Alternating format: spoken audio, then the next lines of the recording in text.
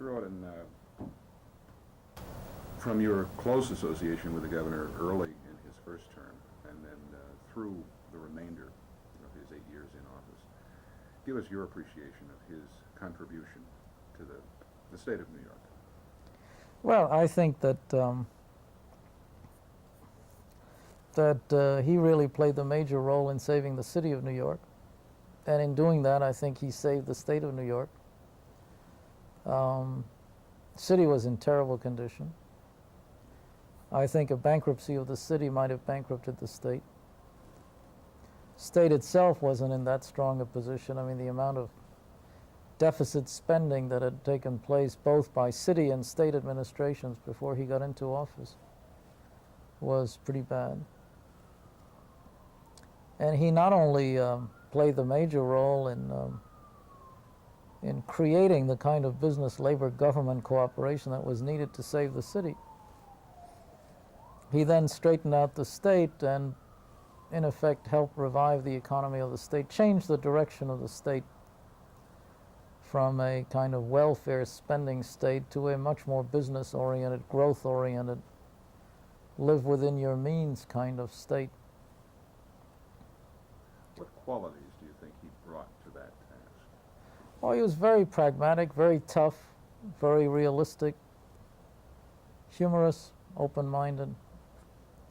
And mostly, I mean, he was a man who came from a background of being a very liberal congressman from Brooklyn, who had to turn into a very pragmatic, very tough-minded executive who had to lose a lot of his, you know, he had to equate his instincts, which were very liberal, with realities which were quite conservative. And he managed to do that extremely well. Let's go 5 or 10 years down the road and try to guess what history might do to Hugh Carey. And his name comes up in conversation, an item appears in the paper, you see it. What's the first memory that will percolate to the top for you? Well, probably his humor. He's a very humorous man. And it's very dry, kind of sardonic humor, especially in adversity, which I rather like. Very tough. He's a tough man, Hugh Carey.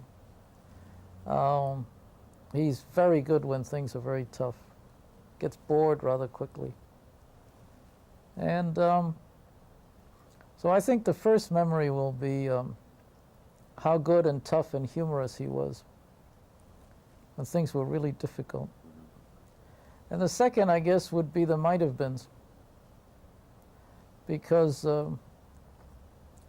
given a different environment, given a few things breaking differently, Hugh Carey could have been president of the United States. It's kind of a pity.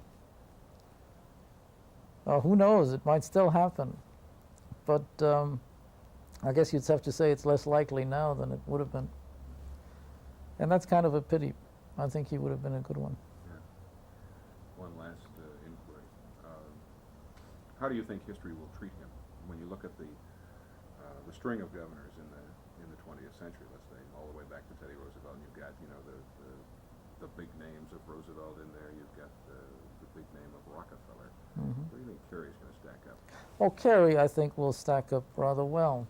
And Carey will stack up as a guy who came in, and he was barely in the door when the roof was caving in on him.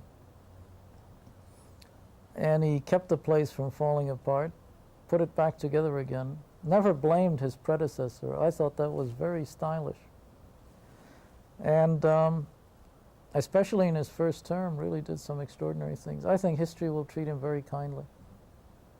Thanks very much. All right? Mm-hmm.